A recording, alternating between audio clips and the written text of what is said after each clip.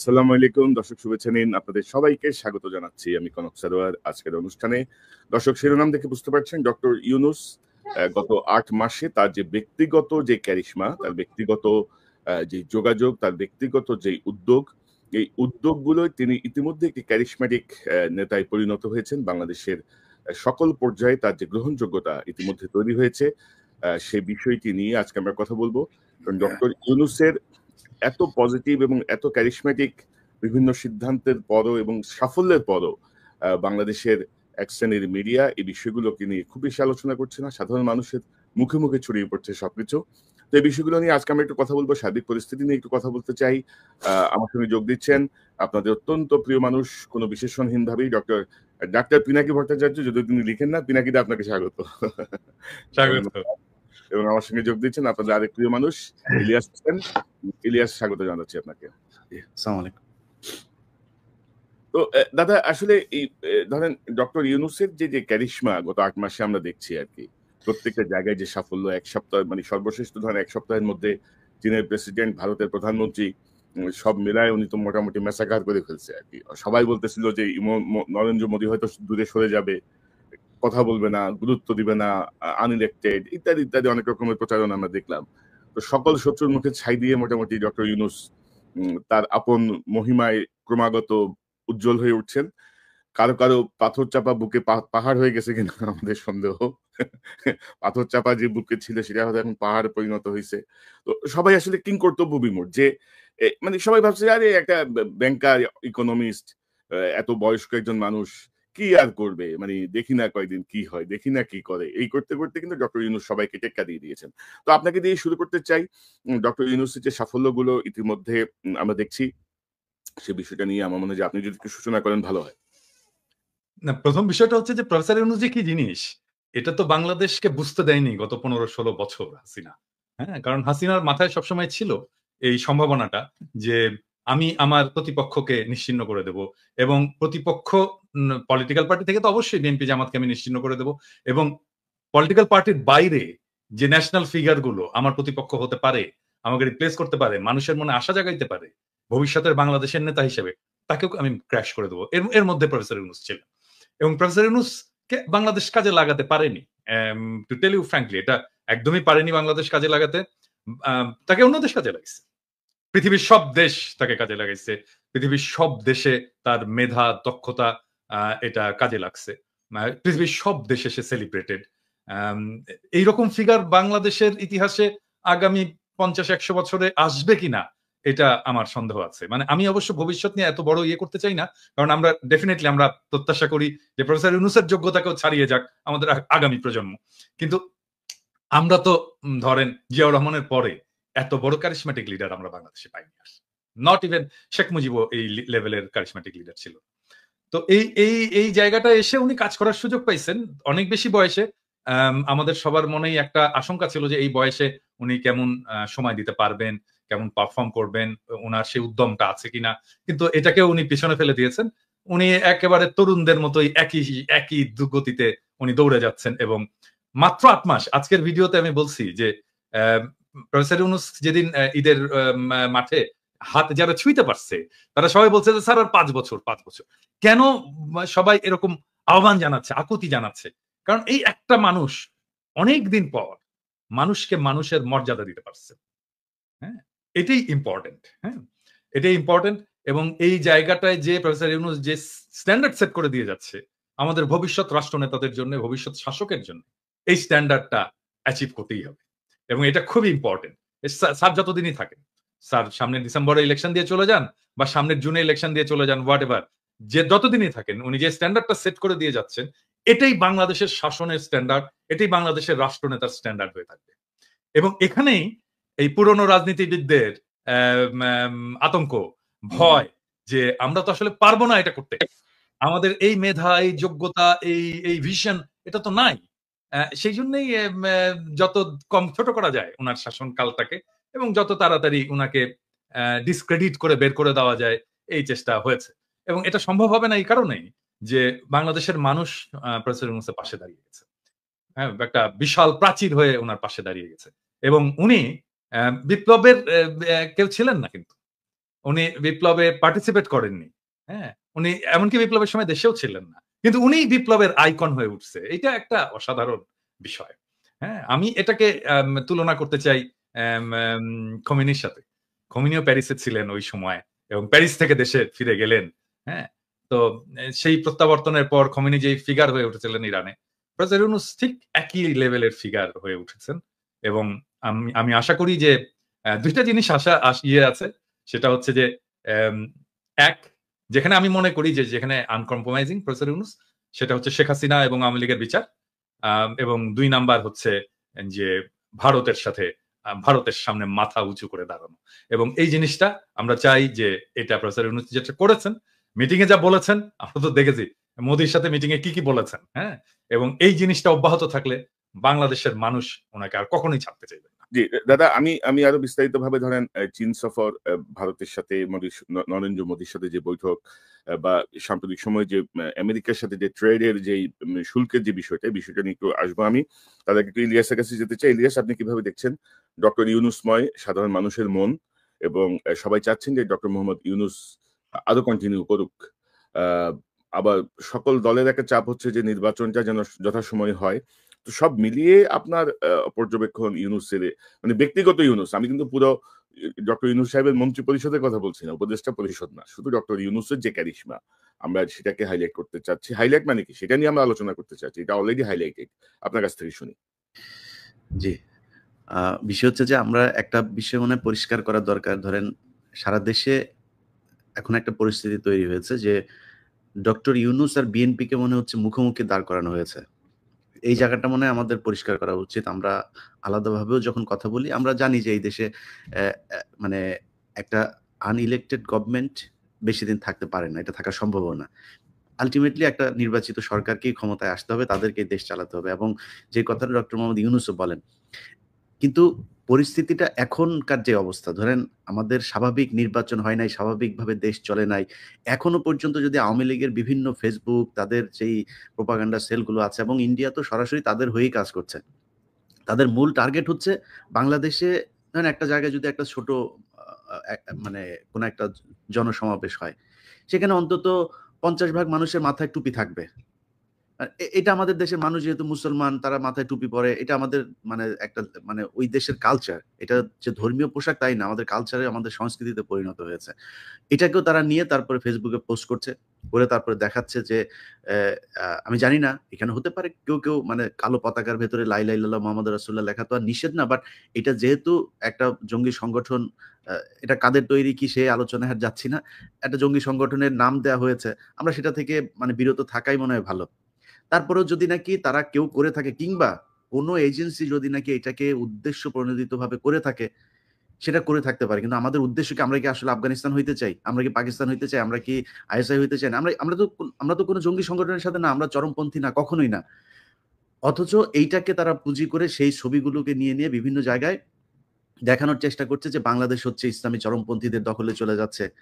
এটা যদি আপনি কয়েকটা সিকোয়েন্সে যদি ভাগ করেন, দেখেন ঈদের আগের দিন প্রথম আলোর একটা নিউজ ছিল, আপনাদের কারো চোখে পড়েছে কিনা জানি না, আমিও দেখিনি, আমাকে একজন পাঠিয়েছে, একজন সাংবাদিকই পাঠিয়েছেন। তিনি দেখলাম যে সেখানে আজ চাঁদ দেখা গেলে কাল ঈদ, এটা হচ্ছে ইয়েটা আমি কনক ভাইকে এটা পাঠাতে চেয়েছিলাম। তো সেইখানে একটা ব্যানার আছে, ব্যানারের পেছনে অনেকগুলো মানুষ, সেই মানুষগুলোর সাথে আপনার একটা কুকুরকে দিয়ে দেওয়া হয়েছে। আচ্ছা, আপনি আমাকে বলেন যে প্রথম আলোর ঈদের দিনের ইয়ের সাথে এই যে এই এই এই উল্টা হচ্ছে হয়ে গেছে, উল্টা হয়ে গেছে। আমাকে একটু করতে হবে। আচ্ছা, তো এখন ধরেন, আচ্ছা এই হচ্ছে ইয়েটা, দেখেন এই যে কোন একটা কুকুর ঈদ মোবারকের নিচে, কুকুর না গরু? ঠাকুর। হ্যাঁ কুকুর, আচ্ছা গরুর তো শিং থাকবে, কুকুর একটা। আচ্ছা, তো এটা এখানে দেওয়া হয়েছে। আচ্ছা, এরপরে তারা আরেকটা নিউজ করেছে, এই ঠিক ঈদের আগে দিয়েই নিউজ করেছে যে ওই কাপাসিয়াতে এক মুসল্লিরা, তাদের শিরোনামটা হচ্ছে নাটক বন্ধ করে দিল মুসল্লিরা। আচ্ছা, মুসল্লি মানে কি? বাংলাদেশে যারা নামাজ পড়ে তারা সবাই মুসল্লি। মানে মসজিদে নামাজ পড়তে গিয়েছে, তাদেরকে মুসল্লি বলা হয়। তার মানে মুসল্লি ইনডিরেক্টলি সে এটাই বুঝাচ্ছে যে মুসলমানরা হচ্ছে গিয়ে নাটক বন্ধ করে দিল। বাংলাদেশের মানুষ, আরে ভাই এই দেশ এরকম এক জায়গায় গিয়ে পৌঁছেছে পর্ন জোর করে সরকারিভাবে বন্ধ করতে হয়। তো পর্ন সাইট আপনি বন্ধ করার জন্য সরকারিভাবে সেই দেশে আপনি বলছেন যে এই দেশে নাটক চলতে দেয় না? সারাদিন নাটক সিনেমা দিয়ে ভরপুর, নাটক নাকি চলতে দেয় না, নাটক বন্ধ করে দিয়েছে। প্রথম আলো এই নিউজ করেছে। আচ্ছা, নিউজ করার আগে আর পরে যেই দেশের প্রাইম মিনিস্টার পর্যন্ত নাটক করে, হ্যাঁ, এবং এত বেশি নাটক করে যে আমাদেরকে বলতে হয় নাটক কম করো প্রিয়, হ্যাঁ, সেই দেশের নাটক নাটক চলে না। এখন এই এই বিষয়গুলো যদি সবই করেন, এখন মানুষ তো রিয়েক্ট করে নাই, যেটা 2007 সালে প্রথম আলো করেছিল, সেই এক কার্টুন দিয়ে তারপরে মুসলমানদেরকে ঝাঁপায় তারপরে রাস্তায় নামানোর পরে তারপরে এই যে 15 বছর সেই প্রথম আলোর কার্টুনের চললো বাংলাদেশ। সারা পৃথিবী জানলো যে এই দেশ মুসলমানদের ইয়েতে চলে যাচ্ছে, চরমপন্থীরা দখলে নিচ্ছে। ঈদের আগেও আপনি যদি চ্যানেলের জিল্লুর যে বক্তব্য, জিল্লুর হঠাৎ করে বলে বসলো যে এই দেশে নাকি বিশাল চরমপন্থী। জিল্লুর, তোমার সেই জঙ্গি হামলা কই? ঈদের পরে না বলে জঙ্গি কোথায় কোথায় জঙ্গি হামলা হবে, জিল্লুর সেটাও বলে দিল। তো জিল্লুর যে কাদের লোক, এই চিপ রেটের বিদেশি এজেন্সিদের এজেন্ট, এদের থেকে সাবধানে থাকতে হবে আমাদের। কিন্তু কথা হচ্ছে জিল্লুর আসলে কাদের পারপাস সার্ভ করে? মানে জিল্লুর তো আগে আমেরিকান পয়সায় চলতো, এখন তো আমেরিকান পয়সা বন্ধ নাই, এখন জিল্লুরের পয়সাটা কোত্থেকে আসছে এটা একটু আমাদের জানা দরকার। তো জিল্লুরকেও বলতে হবে। হ্যাঁ, এখন পাশের থেকে এখন সেটা তো মানুষদের জানা দরকার। হ্যাঁ, যে আসলে তো আমেরিকান ফান্ডিং বন্ধ, তো সবার বন্ধ, যারা পাইতো এনইডি ফেনিডি ইত্যাদি ইত্যাদি সবকিছু ট্রাম্প দিছে একেবারে বন্ধ করে। এখন জিল্লুরের পয়সা কোত্থেকে আসে এটা জিল্লুরকে বলতে হবে। জিল্লুরের এনজিও কি দিয়ে চলে, কার পয়সায় চলে, তাহলেই সব বোঝা যাবে কার কি কোথায় বাধা আছে। তো এই ন্যারেটিভ থেকেই দেখেন জিল্লুরের গলার জোর কোথায় থেকে আসে ওটা আমরা জানি। এইখান থেকেই কিন্তু শুরু হয়েছে। আপনি দেখেন এক এক করে প্রথম আলো এইদিকে এইভাবে উস্কাইতে যাচ্ছে, জিল্লুর আবার ওইদিকে খাতা কলম সামনে নিয়ে 5-6টা পৃষ্ঠা নিয়ে তার কাছে বিভিন্ন দেশের এজেন্সিরা তাকে তথ্য দিয়েছে, তিনি হচ্ছে জেনেছেন বাংলাদেশ একটা এবং কিভাবে হামলা হবে। আমি আমার আগের ভিডিওতে এই কথাগুলো বলেছি যে কোর্টে হামলা হবে, আগের মতো সেই জেএমবির মতোই নাকি কোর্টে হামলা হবে। তো জেএমবির হামলা কোর্টে সারা দেশে 500 জায়গায় করেছে কারা? করেছে। তার মানে জিল্লুর রয়েদের লোক, এটা সে নিজে প্রমাণ করলো। মানে সায়ানট এই হামলা সব তাদের হামলা। আমরা ইলিয়াস আমরা শুনি, মানে প্রথমে এটা হচ্ছে যে এজেন্সির গোয়েন্দা রিপোর্ট কার কাছে আসে? কার কাছে? আমাদের কাছে আসে না, ওর কাছে আসে কেন গোয়েন্দা রিপোর্ট? তো এবং সেটা কোন দেশের?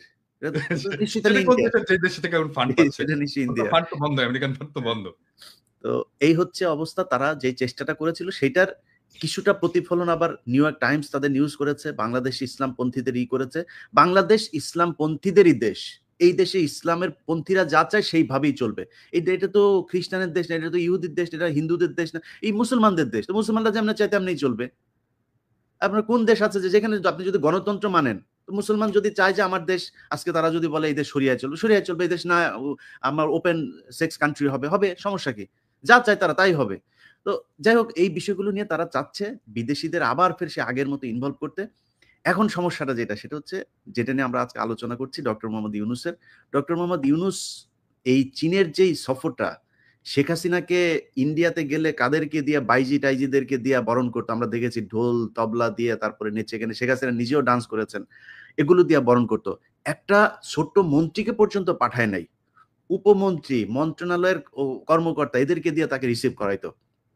আমার বিশ্বাস করেন, মানে অন্তরটা একদম ভরে গিয়েছে যখন দেখলাম মোদি সহ পুরো ভেতরে থাকা লোকগুলো সব দাঁড়িয়ে গেল, ইউনূস ঢুকলো, মনে হলো আমেরিকার প্রেসিডেন্ট ঢুকলো অন্যান্য কয়েক দেশের, তাও সেই মানে বড় কোনো দেশ না, ওই D8 ওই টাইপের দেশ না, মনে হলো যেন এই আসিয়ান টাসিয়ান এই টাইপের কোনো সংস্থার ভেতরে আমেরিকান প্রেসিডেন্ট এসছে, তিনি আসার পরে সব দাঁড়ায় গেল, এরকম ভাবে তাকে সম্মাননা দেওয়া হলো। এটাকে নিয়ে আওয়ামী লীগের লোকজন নানান ধরনের তুচ্ছ তাচ্ছিল্য করে কথা বলার, অথচ ওনাদের নেত্রী বাথরুমের চিপায় ওই কার্পেট মানে করে ক্রস করে মাটি দিয়া খালি পায়ে দৌড় দিয়ে আসা চেষ্টা করেছে সাথে একটা ছবি তোলার জন্য। কত নাটক আমরা দেখেছি এই দেশে। ইউনূসকে তাদের ভাল লাগে না। তা আমার বক্তব্যের প্রথম পার্টটা আমি এটা দিয়ে শেষ করতে চাই। আমরা ইউনূসকে এই দেশে বিএনপির মুখোমুখি দাঁড় করাইতে চাই না। আলটিমেটলি এই দেশে নির্বাচন হবে, আমার মনে হয় নির্বাচন হলে তো বিএনপি ক্ষমতায় আসবে হয়তোবা, যদি জনগণ ভোট দেয়। কিন্তু এই মুহূর্তটা আমার মনে হয় ইউনূসকে দরকার, কারণ দেশের একটা স্টেবল পরিস্থিতিতে যাওয়া পর্যন্ত এই জঙ্গি নাটক টাটক এইসব, এই অর্থনৈতিক যে একটা মন্দা চলছে, এগুলো থেকে বের হওয়ার জন্য ইউনূসকে দরকার। এবং আমার ব্যক্তিগত মতামত, আমি মনে করি বিএনপি যদি ক্ষমতায় আসেও, যদি ইউনূস রাজি থাকে, ওনাকে প্রেসিডেন্ট বা কোনো একটা পদ তৈরি করে তারপর রাখা উচিত, যেটা একটা মেন্টর হিসাবে কাজ করবে, মানে সর্বোচ্চ সম্মানের একটা জায়গায় থাকবে। যেমন ধরেন ব্রিটিশ রানী এখনো পর্যন্ত রানী, তার তো কোনো পাওয়ার নাই, কিছুই নাই, কিন্তু তারপরেও তার সম্মান সবার চাইতে উপরে। ওরকম ভাবে রাখা যাইতে পারে। এটাতে আমাদের আন্তর্জাতিকভাবে ইউনুসকে যেই অবজ্ঞা করা হয়েছে, তাকে আমরা এতদিন ধরে, যেটা দাদা বলেন, কাজে লাগাইতে পারি নাই। আমরা মনে হয় তাকে পুরোপুরি কাজে লাগাইতে পারি। আর এই ডক্টর কনক সারোয়ার, পিনাকি ভট্টাচার্য কিংবা ইলিয়াস এই 5 বছর ধরে এই সোশ্যাল মিডিয়াতে আছে, যেহেতু এখনো বিক্রি হয় নাই, নতুন করে বিক্রি হওয়ার কিছু নাই। ইলিয়াস, আমি অন্য প্রসঙ্গে যাওয়ার আগে আপনি যে কথাটা বললেন, অনেকে দর্শকের অনেক স্মৃতি থেকে ছুটে গেছে, এটা দেখতেছে আমার কাছে এখানে আছে, যে শেখ হাসিনার এই যে ঘাটের উপর দিয়ে হেঁটে যে বাইডেনের কাছে যাওয়ার এই যে মনোযোগ আকর্ষণের যে চেষ্টা, হ্যাঁ, এইটা এই দর্শকদেরকে একটু আবার দেখাই দিলাম আর কি, যে তাদের প্রিয় নেত্রী হাসিনা, আওয়ামী লীগের প্রিয় নেত্রী কি না করছে ক্ষমতায় টিকে থাকার জন্য, তাই না, মনোযোগ আকর্ষণের জন্য নানাভাবে আর কি।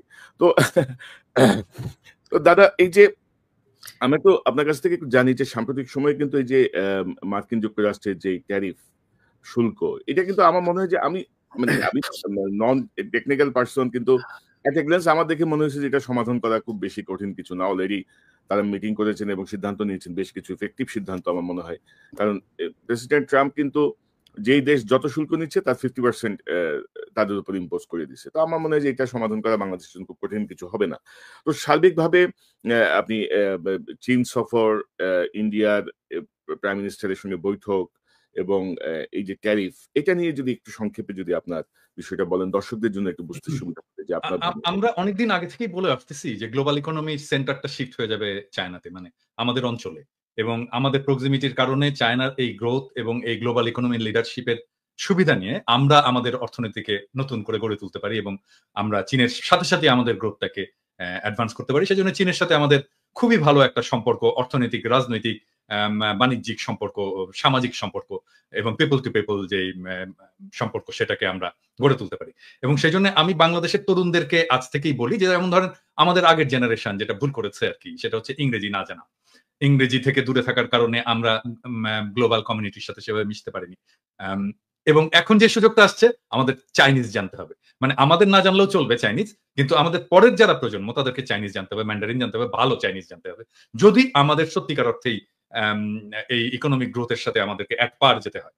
এটা হচ্ছে নাম্বার 1 ইস্যু। নাম্বার 2 ইস্যু হচ্ছে যে পৃথিবী আর আগের হিসাবে তার চলবে না। মানে ধরেন এই 70 দশকের আগের হিসাবে চলবে না। এখন গ্লোবাল ইকোনমি এবং পলিটিক্স এর সেন্টার অনেকগুলো জায়গায় হবে। আমেরিকার অর্থনৈতিক কর্তৃত্ব কমবে, কিন্তু স্টিল তার পলিটিক্যাল কর্তৃত্বটা থাকবে গ্লোবালি। আমাদের আমেরিকার সাথে একটা সম্পর্ক রাখতে হবে লং টার্মে, এবং সেটা কিভাবে রাখা যায় সেটা নিয়ে আমি একটা ভিডিও করেছি, যে কৃষিভিত্তিক যে সমস্ত রাজ্যগুলো আছে তার সাথে আমাদের বাণিজ্য বাড়ানো, এবং এটা যদি বাড়ে তাহলে আমাদের ট্যারিফ এমনিতেই কমবে। হ্যাঁ, আমি তখনও জানতাম না যে ট্যারিফ ইম্পোজ হচ্ছে। তো এটা যেদিন ট্যারিফ ইম্পোজ হলো তার 2 দিন আগে বোধহয় আমি করেছিলাম। তো আমাদের যদি আমদানি বাড়ে আমেরিকা থেকে, আমাদের ট্যারিফ, রেসিপ্রোকাল ট্যারিফ এমনিতেই কমে যাবে। এটা নাম্বার 1। আর নাম্বার 2 হচ্ছে যে, এটা মাঝে মাঝে বলি আর কি, যে আমার পেশার একটা গুরুত্বপূর্ণ অংশ হচ্ছে প্রবলেম সলভিং। মানে আমি যে কাজটা করি আর কি, সমস্যার সমাধান করা আর কি। সেজন্য আমি আমার এপিসোড গুলোতে খুব অনেক প্রবলেমের খুবই মানে out of the box solution দিই। এবং এই ট্যারিফ বাড়ানোর ফলে আমাদের সামনে একটা ইউনিক অপরচুনিটি তৈরি হয়েছে। আমি এইখানে এটা বলতে চাচ্ছি না কারণ এই জন্য না যে চাই না সেটা না, আমি একটা এপিসোড করেছি কারণ এটা এক্সপ্লেইন করতে হবে যে আসলে কি করা যায় এবং কি করলে এই প্রবলেমটাকে আমি অপরচুনিটিতে শিফট করতে পারি। মানে বিজনেসে আমরা যা করি আর কি, যে প্রবলেম আমরা অ্যান্টিসিপেট করি আগে, এবং এই প্রবলেমটাকে কিভাবে আমি সুযোগ হিসেবে ব্যবহার করতে পারি, এটাই বিজনেসের মূল আর কি। কি বলবো এটা কি, তো যেহেতু আমি বিজনেসের লোক, আমার মাথায় ওইটাই সবসময় ঘুরতে থাকে যে সমস্যা কি হতে পারে, এটাকে আমি কিভাবে অপরচুনিটিতে শিফট করতে পারি। এই প্রবলেমটা আমাদের যে কি সিরিয়াস একটা অপরচুনিটি না, আমি কিন্তু খুবই হ্যাপি। এবং এইটার জন্য যেই সিদ্ধান্তটা নিতে হবে, এটাতে প্রফেসর ইউনূসকে নিজেকে ইনভলভ হতে হবে। শুধু নিজেকে না, আর একটা সিনারিও ইভ্যালুয়েশন করতে হবে এবং এটার জন্য ইন্টারন্যাশনাল এজেন্সিকে কাজে লাগাতে হবে। যেমন ধরা যাক বিসিজি বা পিডব্লিউসি, এদেরকে ইনভলভ করতে হবে। করে আমরা যদি মোটামুটি 1-1.5 মাসের মধ্যে আমরা যদি সমস্ত অ্যানালাইসিস কমপ্লিট করে একটা ফার্ম ডিসাইসিভ ডিসিশন নিতে পারি, তাহলে বাংলাদেশের চেহারা পাল্টে যাবে, জাস্ট যদি এই ট্যারিফটা এরকম থাকে। হ্যাঁ, তো এটা কালকে আসবে সম্ভবত এপিসোডটা। এবং আমি বাংলাদেশের মানুষদেরকে বলবো আর কি, জনগণকে বলবো যে দেখেন, পৃথিবীতে কোনো সমস্যা না। হ্যাঁ, যদি আমরা সিচুয়েশনটাকে খুব ভালোভাবে ইন্টেলেকচুয়ালি অ্যানালাইসিস করতে পারি এবং তার ভিত্তিতে আমি একটা অ্যাকশন নিতে পারি। এবং বাংলাদেশে এত ব্রাইট ছেলেরা আছে না ইয়াং জেনারেশনে, যে এদের সামনে কোনো সমস্যা হয়ে থাকবে না। হ্যাঁ, আমরা তো বুড়া হয়ে গেছি, ধরেন আমাদের চিন্তা হয়তো একটু পুরনো হবে, কিন্তু আমরা যদি একটু ধরে দিতে পারি যে কোন রাস্তায় যেতে হবে, হ্যাঁ, তাহলে দেখবেন যে আরো ইনোভেটিভ সলিউশন বের করে ফেলে দিতে পারবে আমাদের। তবে দাদা আমি দাদা মনে করি যে ধরেন আমরা ধরেন ইন্ডিয়া থেকে যে চাল, গম বা এই জাতীয় খাদ্যশস্য আমরা যে আমদানি করি, এগুলো ইন্ডিয়া থেকে বন্ধ করে আমাদের আমেরিকা কেন্দ্রিক হওয়া উচিত। তাহলে কোয়ালিটিও বাড়বে। মানে আমাদের মানে ইন্ডিয়ান ডিপেন্ডেন্সি থেকে বের হয়ে আসাটা খুব জরুরি আমাদের জন্য। এবং গত এই 54 বছরে ইন্ডিয়ার যেই আধিপত্য আমরা বাংলাদেশিদের উপর দেখছি আর কি সকল ক্ষেত্রে, তো আমার মনে হচ্ছে তার একটা জবাব দেওয়া উচিত। ইতিমধ্যে চিকিৎসা বন্ধ হয়ে কিন্তু অনেক মানে বাসের কাউন্টার এখন কাপড়ের দোকান হয়ে গেছে, অনেক কাপড়ের দোকান বন্ধ হয়ে যাচ্ছে, অনেক খারাপ অবস্থা। আমার মনে হচ্ছে তাদেরকে একটা শিক্ষা দেওয়া খুব জরুরি, মানে জেন্টাল ওয়েতে আর কি, যে দেখো মানে আমি যখন ভারতীয় পণ্য বয়কট আন্দোলন করছিলাম আর কি, হ্যাঁ, সেই সময় আপনারা সবাই সাপোর্ট করেছেন। মানে ওই সময় ওদের কথাবার্তা দেখলে না গায়ে জ্বলুনি উঠতো আর কি। মানে ওদের ইয়েটা কি ছিল, সেটা হচ্ছে যে আমরা তো পয়সা দিয়ে কিনে আনি রে ভাই, সমস্ত পণ্য, ইন্ডিয়ান পণ্য তো আমরা পয়সা দিয়ে কিনে আনি, ওরা তো দয়া করে আমাদেরকে দান করতেছে না। ওদের বিষয়টা হচ্ছে কি, ওদের চাওয়াটা কি, আমাদের শুধু কিনলে চলবে না, আমাদের কিনতে হবে এবং তারপর কৃতজ্ঞ থাকতে হবে, দাদা আমাদেরকে দিয়েছেন, আপনারা না দিলে তো আমরা মরে যেতাম দাদা, এইটুকু শোনে না, সেই জন্য ওদের গায়ে জ্বলুনি। এবং আমার এমন মেজাজ দাদা ওইদিন ওদের দেশের একটা চ্যানেলেই আপনার করতেছে, ওই যে ওই পাগলার চ্যানেল, ওই যে মলম বিক্রেতার চ্যানেলে, হ্যাঁ, ওরা উস্কাইতেছে যে কি হয়েছে, যে বাংলাদেশিরা এই যে আসে না, তো সমস্যা কি হয়েছে, আমাদের তো ওদেরকে আমাদের বন্ধ করতে হবে, বাংলাদেশে আসা, ওরা এই দেশে এসে চিকিৎসা নিয়ে যায়, এই সেই। পাশের থেকে আরেকটা আবার দৌড়ে আসছে, বুঝছেন, খাওয়া হাগা সব বন্ধ করে দেবেন নাকি আমাদের? আসতে বলছেন ওদের যে অবস্থা খারাপ। আমরা দাদা যদি খালি চীন, পাকিস্তান, এদিকে দুই দেশের সাথে যদি পাকিস্তানের চিকিৎসা ব্যবস্থাও অনেক ভালো, এবং চীন যেটা আমি এটা দেখলাম, এখানে আপনার ওদের একটা হসপিটালের একটা ফ্লোর ওরা বাংলাদেশের জন্য ছেড়ে দিতে চাইছে, এবং চীনের মানুষের যেই চিকিৎসার যে খরচ তার চাইতে তারা কম নিবে। তারপর চিটাগাং এর সাথে একটা বোধহয় স্পেশাল ওরা একটা রুটও করতেছে ফ্লাইটের জন্য, যেহেতু আমাদের মানে স্থল পথে যাওয়ার সুযোগ নাই, এবং সেটা খুব চিপ রেটে করার জন্য। এই মুহূর্তে বাংলাদেশের সাথে চীনের যে বিমানের টিকিট ভাড়া বোধহয় একটু বেশি, এটা চিপ করার জন্য ওরা একটা কাজ করতেছে, অনেকগুলো কাজ করে আসে, এবং স্টুডেন্টদেরকে ওইখানে পাঠানোর জন্য আরো বেশি। আমি মনে করি টেকনোলজিতে করার জন্য ওদের যেই এখানে হারবার্ড টারবার্ড যা আছে, এমআই এদের চাইতো আমার মনে হয় অনেক বেশি আপনার কি বলে, চীনের ওদের ইউনিভার্সিটির মান কোনো অংশে কমা না, তো সেখানে পাঠানো যাইতে পারে। মানে ইলিয়াস ধরেন যে মানে ইন্ডিয়ান দাসত্বের চেয়ে আমি মনে করি যে চীনের সাথে বন্ধুত্ব বা আমেরিকার সাথে বন্ধুত্ব অনেক বেশি গুরুত্বপূর্ণ হবে বাংলাদেশের জন্য। এবং আমরা যে চিকিৎসার জায়গাটা যেহেতু তারা জোর করে, আমাদের চিকিৎসার যে অধিকার, এটা তো বিশ্বব্যাপী মানবাধিকারের অন্যতম একটা অংশ বিষয়, তাই না? সেটি যেহেতু তারা বন্ধ করেছে গারল একটা অ্যাটিটিউড করে, একটা স্বৈরাচারী শাসককে রক্ষা করার নামে, মানে বিশ্বের সর্ববৃহৎ গণতন্ত্রের দাবিদার একটা দেশ, তো আমার মনে হয় যে আমাদের ওই চিকিৎসার জায়গাটায় আমরা চীনের দিকেই থাকি, পাকিস্তানের দিকে যাই প্রয়োজনে। আর আমাদের দেশে তামিম ইকবালের চিকিৎসার পরে আসলে চিকিৎসকদের প্রতি অন্যরকম একটা আস্থা বেড়ে গেছে। না কনক, মানে আমাদের তো কিছু চিকিৎসার প্রবলেম আছে, এটা আমাদেরকে স্বীকার করতে হবে। বিং এ ডক্টর, এটা আমি সবসময় আত্মসমালোচনা হিসেবেই দেখি। হ্যাঁ, কিন্তু বাংলাদেশের চিকিৎসা ব্যবস্থাকে ঢেলে সাজাতে বড় জোর খুব বেশি হলে, মানে বাংলাদেশের থেকে যাবে না তো কোথাও, বরং বাংলাদেশে আসবে চিকিৎসা করতে। এটা করতে হলে বড় জোর 10 বছর সময় লাগবে। মানে ধরেন আমি যদি দেশে যাই 10 বছর যদি কাজ করতে, সরকারে থাকতে হবে না, সরকারে থাকার দরকার নেই, সরকারের বাইরে থেকে যদি আমি 10 বছর কাজ করতে পারি না, বাংলাদেশের হেলথ সিস্টেম একদম পুরো পাল্টায় দেওয়া সম্ভব। হ্যাঁ, এবং বাংলাদেশের মানুষজন বাইরে থেকে চিকিৎসা করতে আসবে। সমস্যাটা কোথায় হয় আসলে, মানে আমি বলি, মানে বিং এ ডক্টর, আমি আসলে এই জায়গাটা ডাক্তারদেরকেও আমি বলবো এটাকে করার জন্য, এটাকে হৃদয়ের সাথে উপলব্ধি করার জন্য। হ্যাঁ, একজন মানুষ যখন চিকিৎসকের কাছে আসে, সে ভয়ানক অসহায় হয়ে আসে, এবং এই সময় সে চায় চিকিৎসক আমার কথা শুনবে। অনেক কথা আছে যেটা বলে, যেটা হয়তো শোনার দরকার নাই আমার, অ্যাজ এ ডক্টর আমার হয়তো শোনার দরকার নাই, প্রাসঙ্গিক না, কিন্তু সে কথা বলতে চায়, শোনাতে চায়। হ্যাঁ, এই কথাটা শুনতে হবে, সময় গেলেও শুনতে হবে। হ্যাঁ, এবং আমি প্র্যাকটিস করি না, কিন্তু আমি যদি প্র্যাকটিস করতাম তাহলে আমি কি করতাম? আমি পেশেন্টের সব কথা বলা শেষ হয়ে গেলেও আমি বলতাম, আর কোনো সমস্যা আছে? আর কিছু বলবেন? আর কিছু?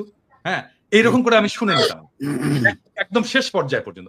এবং পেশেন্টের কথা যদি শোনা যেত সমস্ত, তাহলেই দেখতেন যে আমাদের রোগীরা স্যাটিসফাইড হয়ে যেত। এটা একটা বিষয়। আর ২ নাম্বার হচ্ছে যে আমাদের হেলথের মধ্যে কিছু মাফিয়া ঢুকেছে।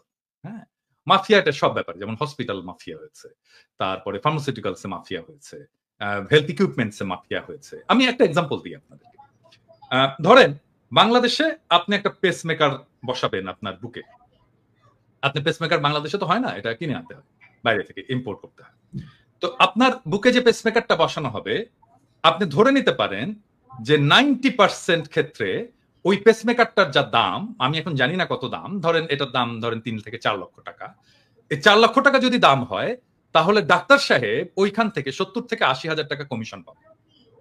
হ্যাঁ, আমার সাথে চ্যালেঞ্জ করতে এসেন না ডাক্তার সাহেবেরা এবং ডিভাইস কোম্পানিরা, চ্যালেঞ্জ করতে এসেন না, আমি একেবারে খাইয়া দিব কিন্তু। হ্যাঁ, তো তাহলে এই যে ৭০ হাজার টাকা গেল, এই টাকাটা তো পেশেন্টের পকেট থেকে গেল।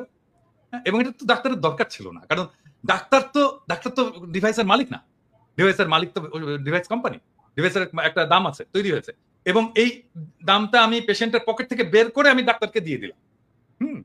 এবং এই জন্যই বাংলাদেশের চিকিৎসা খরচটা স্কাই রকেট হয়ে গেছে।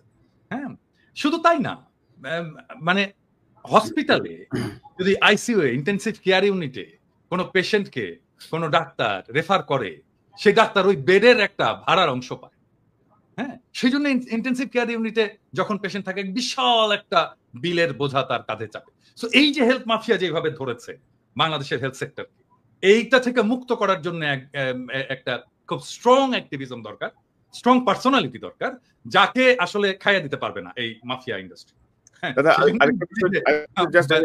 দেশে আমি ফিরে গেলে আর কি, হ্যাঁ, মানে আমার সামনে এসে হয়তো মাস্তানি করতে পারবে না আর কি, আই বিলিভ যে এই মাফিয়া গ্রুপ। এবং এটাকে বন্ধ করতে না পারলে আপনি এই হেলথে রিফর্ম করতে পারবেন। মাফিয়াদেরকে বন্ধ করতে হবে, মাফিয়াদেরকে খাইয়া দিতে হবে, মাফিয়াদেরকে খাইয়া দেওয়ার মতো ক্ষমতা বান কাউকে এটাকে ড্রাইভ করতে হবে। হ্যাঁ, সেটা যেই করুক, হ্যাঁ, সেটা আমি তাকে সাপোর্ট দেই বা আমরা সবাই মিলে তাকে সাপোর্ট দেই, বা সে নিজেই এটাকে ড্রাইভ করবে।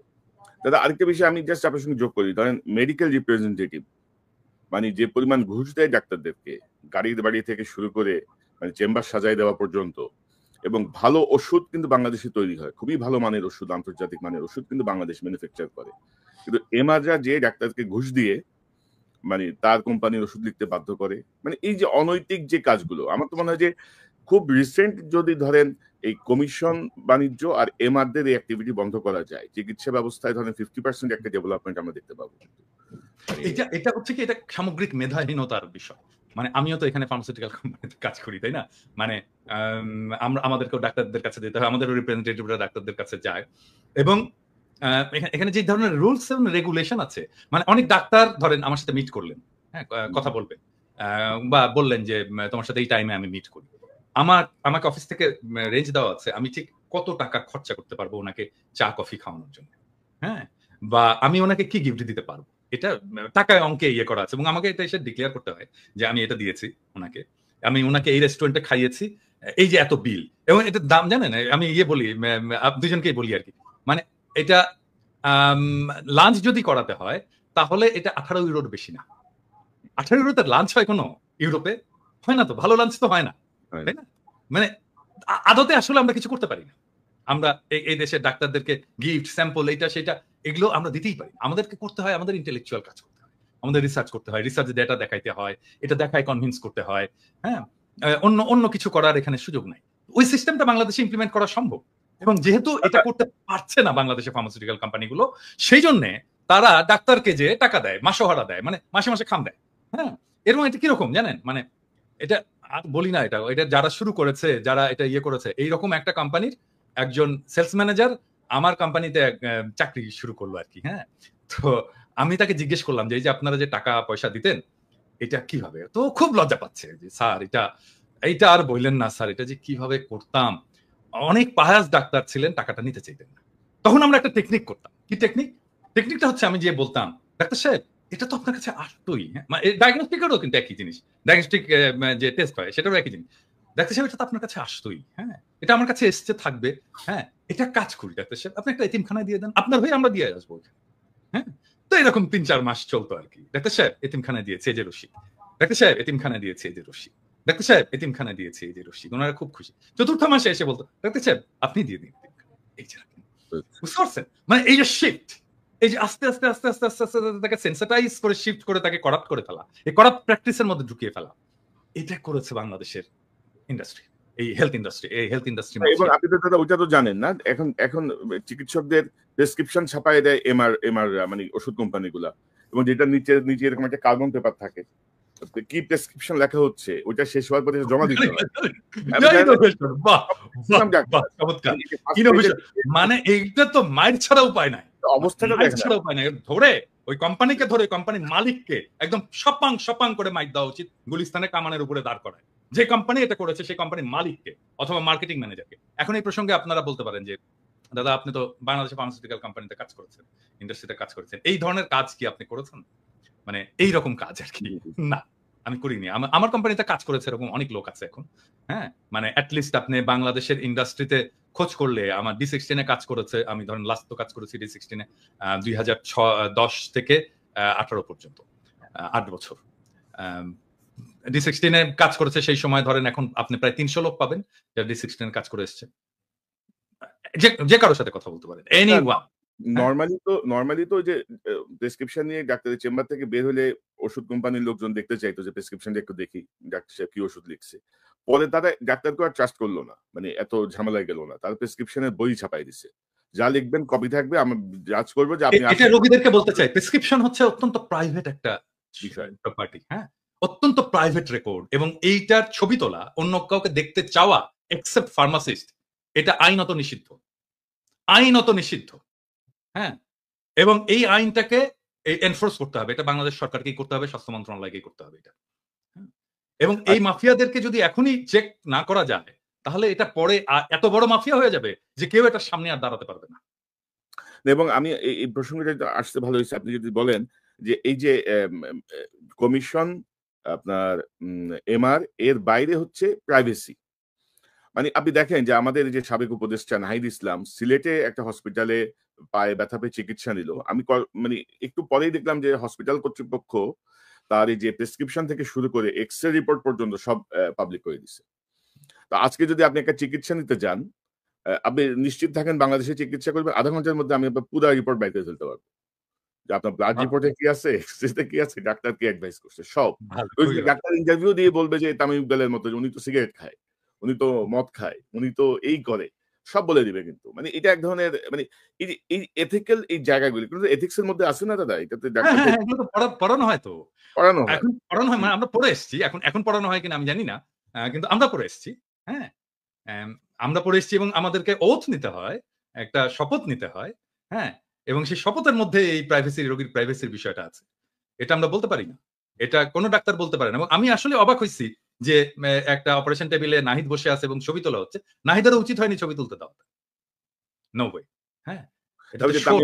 তামিম ইকবাল আইসিইউতে ডাক্তাররা তার ছবি তুলতেছে, ভিডিও করতেছে, ডাক্তার বা হসপিটালের লোকজন, আমি জানি না এক্স্যাক্টলি ডাক্তার কিনা, কিন্তু এগুলো তো অন্যায়, এগুলো তো রোগীর প্রাইভেসি লঙ্ঘন। এবং ভবিষ্যতে তামিম ইকবাল বা একটু পরিচিত রাজনীতিবিদ বা অন্য কেউ এই বাংলাদেশে চিকিৎসা না করার আরেকটা অন্যতম কারণ হচ্ছে তার প্রাইভেসি থাকবে না, তার অনেক ধরনের সমস্যা থাকতে পারে, সেই সমস্যা গোপন থাকবে না। ডাক্তার অন্তত তার বৌরে যায় বলবে যে আজকে তো পিনাকি ভট্টাচার্য আসছিল, আরে জানো না এই সমস্যা, বুঝছেন তো। তার বউ আবার ধরেন এটা রাষ্ট্র হয়ে যাবে পরের দিন স্কুলের বান্ধবীদের কাছে, মানে অভিভাবক বান্ধবীদের কাছে।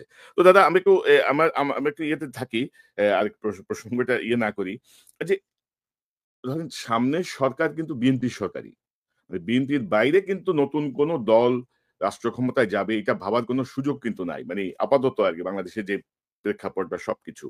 কিন্তু সেখানে ধরেন বিএনপির মধ্যে এক ধরনের অস্থিরতা আমরা দেখছি, মানে সংস্কারের জায়গাটা আমরা যতটুকু আমরা বুঝি যে এই অনির্বাচিত সরকার বলেন আর যাই বলেন, ডক্টর ইউনূস সরকারের পক্ষে যতটুকু সংস্কার বা বিচার করা সম্ভব এটা আর অন্য কারো পক্ষে সম্ভব না। মানে পলিটিক্যাল গভর্নমেন্ট আসলে এটা আসলেই সম্ভব না কোনোভাবেই, নানা রকমের চাপে, নানা রকমের কিছুতে। আর পলিটিক্যাল নেতারা তো সব একে অপরের ভাইরা ভাই, তাই না? তো অনেক ভাইরা ভাইয়ের রিকোয়েস্টে অনেক কিছু ওলটপালট হবে। তো মানে আমরা কি মানে জনগণ চাচ্ছে একটা দীর্ঘ সময় থাকুক ডক্টর ইউনূস। বিএনপি চাচ্ছে ডিসেম্বরের মধ্যে নির্বাচন হোক। এক হুজুর দেখলাম ওয়াজের মধ্যে বলতেছে ইউনূস সাহেব যতদিন বেঁচে থাকেন ততদিন যেন নির্বাচন না হয়। তো আবার ইউনূস সাহেবের প্রেস সেক্রেটারি আবার বলেছেন যে না ডিসেম্বরেই নির্বাচন হবে। অর্থাৎ এক ধরনের একটা জটিল পরিস্থিতি তৈরি করা হচ্ছে। এবং এরকম একটা বিপ্লবের পরে আমরা যদি সিরিয়ার দিকে তাকাই বা অন্যান্য বিপ্লবোত্তর দেশগুলোর দিকে তাকাই, তার প্রেক্ষাপটে আমাদের প্রেক্ষাপট কিন্তু অনেক বেশি মানে কি বলবো? মানে মনে হচ্ছে যে বিপ্লবটা একটা পানি ভাত আরকি। এটা কিছুই না। এটা হইতেই পারে। মানে মানুষ এভাবে জীবন দিবে, মানুষ এভাবে অন্ধ হবে, পঙ্গু হবে। এটা সব খুবই স্বাভাবিক। তো আপনি আপনার কাছ থেকে একটু শুনি তারপর ইলিয়াসের কাছে যাব। না, প্রথম বিষয়টা হচ্ছে যে ডেফিনিটলি আমাদের একটা পলিটিক্যাল গভর্নমেন্ট আসতে হবে, সেটা আসবে। এবং এটা আমাদের সবারই প্রত্যাশা। এবং এইটা যেটা বললেন আপনি যে আগামী নির্বাচনে বিএনপি আসবে। আমরা তো মনে করি বিএনপি সর্ববৃহৎ দল, তারই আসা উচিত। সেটা উচিত, ঔচিত্যের ব্যাপার আরকি। আসবে কিনা সেটা ডিপেন্ড করছে অনেকগুলো ফ্যাক্টরের উপরে। হ্যাঁ? আমি সেই ফ্যাক্টর গুলো একে, একে আলাপ করব। জি। অনেকে বলে যে আমি নাকি নির্বাচন চাই না। মোটেও না। বিষয়টা হচ্ছে কি যে শেখ হাসিনা তো সমস্ত সিস্টেমটাকে ডেস্ট্রয় করেছে। হ্যাঁ? সমস্ত সিস্টেম।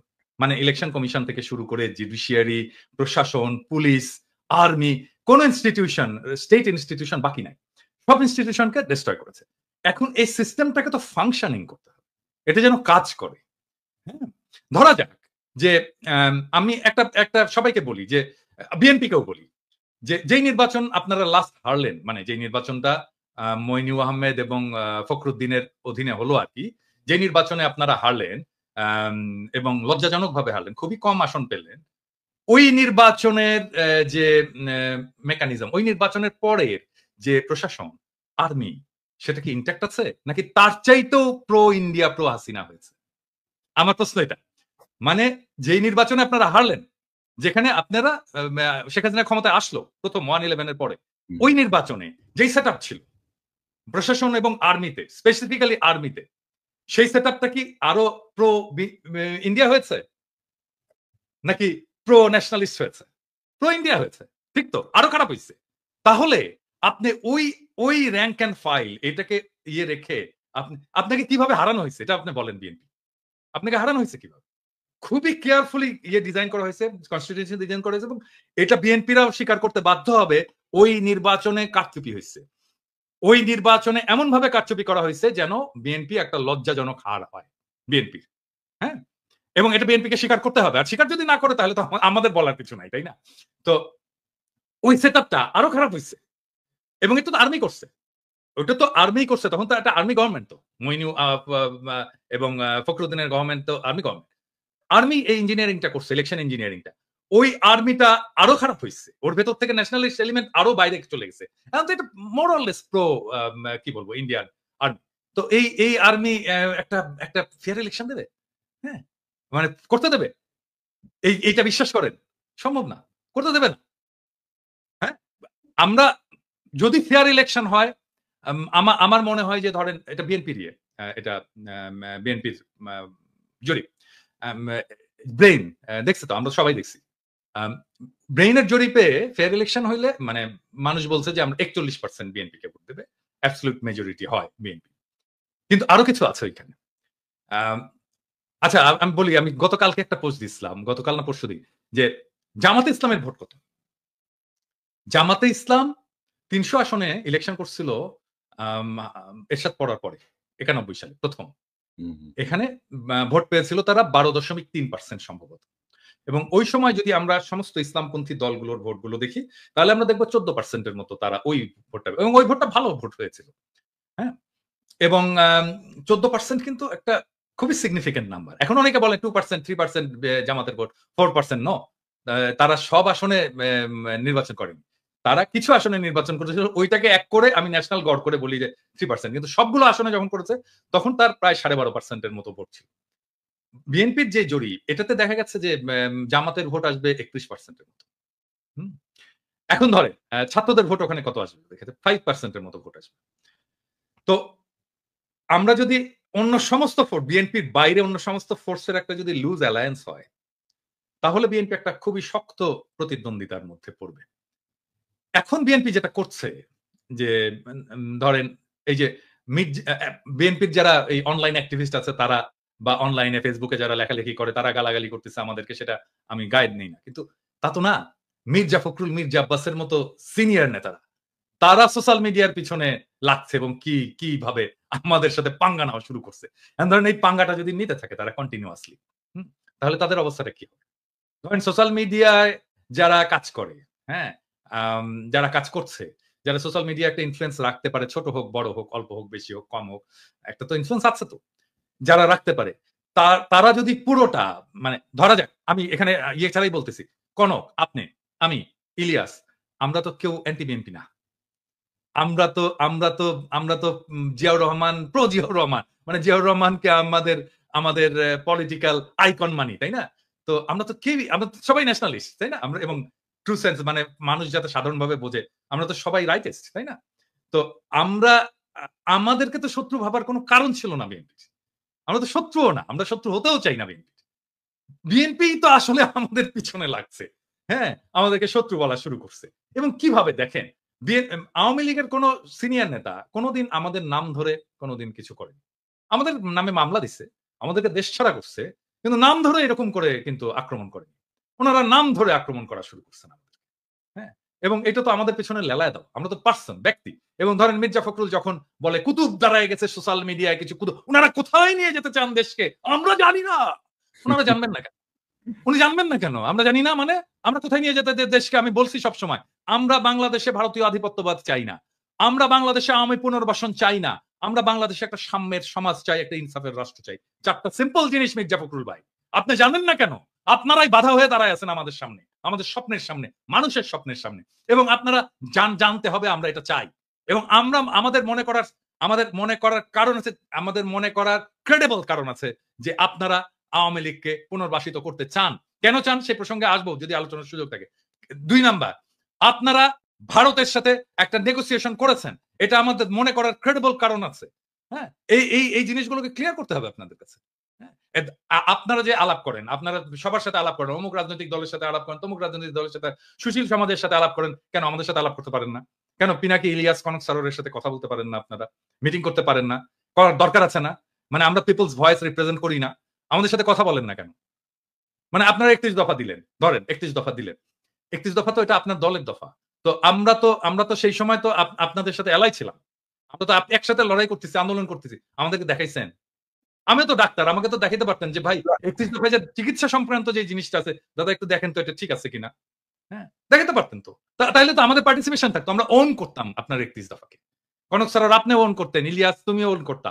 তো আমাদেরকে ওন করার সুযোগ দিলেন না। আমি একই জিনিস বলবো আমি জামাতকেও, আমি একই জিনিস বলবো জামাতকেও। মানে তারা ইন্ডিভিজুয়ালি ফোন করে। এখন আমি শিওর যে জামাতের, আমি তো খুবই মাইডিয়াল লোক, সবাইকে ফোন টোন করেন, আমাকেও ফোন করে। কিন্তু এটা তো ফোন করে উনি বলেন কি আপনার শরীর কেমন আছে দাদা, বাড়ির সবাই ভালো আছে? আমি তো শফিক ভাইয়ের কাছ থেকে এগুলো শুনতে চাই না, আমি শুনতে চাই পলিটিক্স, রিয়েল পলিটিক্স শুনতে চাই। হ্যাঁ, ব্যক্তিগত সম্পর্ক আপনার সাথে থাকবে, মানে আমরা যখন রাজনীতি থেকে বিদায় নেবো, অ্যাক্টিভিজম থেকে বিদায় নেবো, তখনও থাকবে আপনাদের সাথে, সেটা অসুবিধা নেই।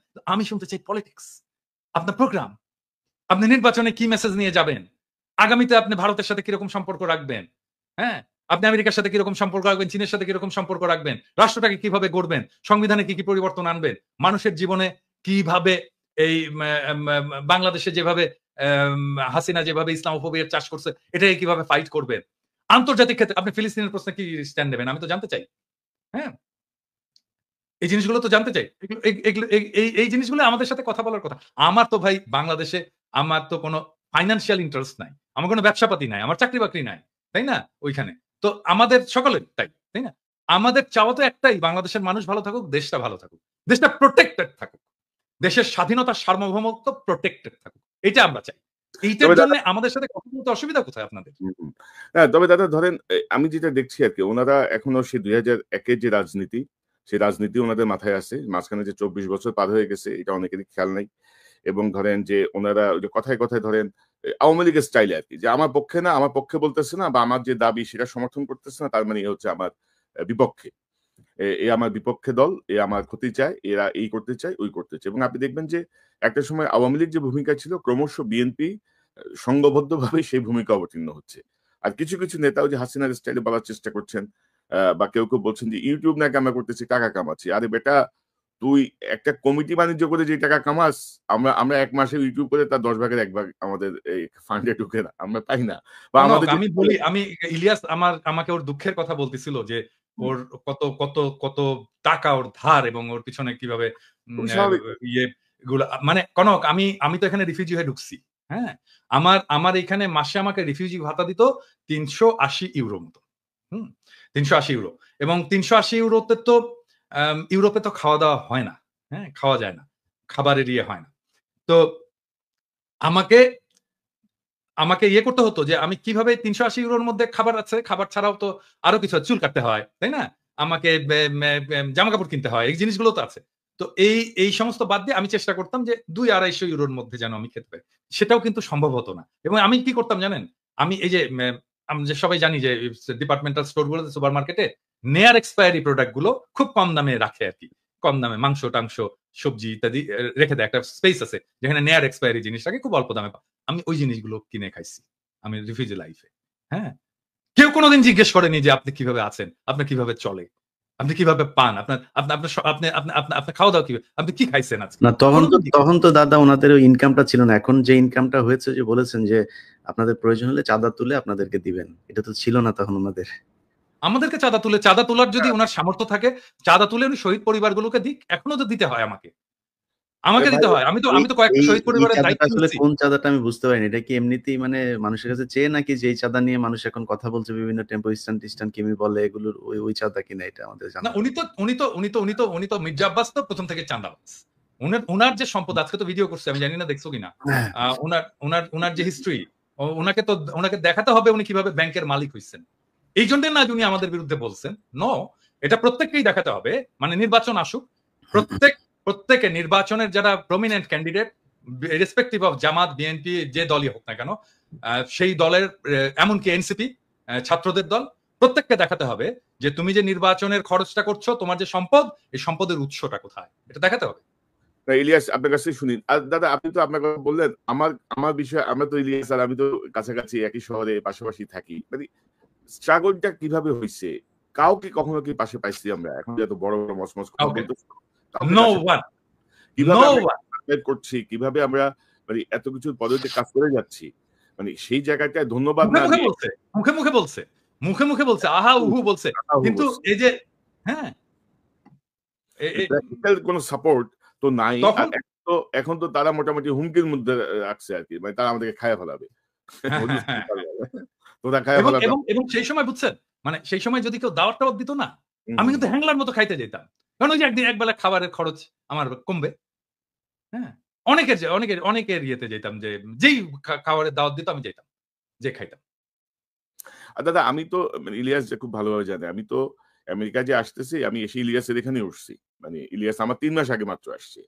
মাত্র $১,০০০ পকেটে নিয়ে আমি এই বিদেশে চলে আসছি। কারণ আমার যা জমাজাতি যা ছিল, সব তো আমার মামলা মোকদ্দমা সবকিছুর পিছনে গেছে।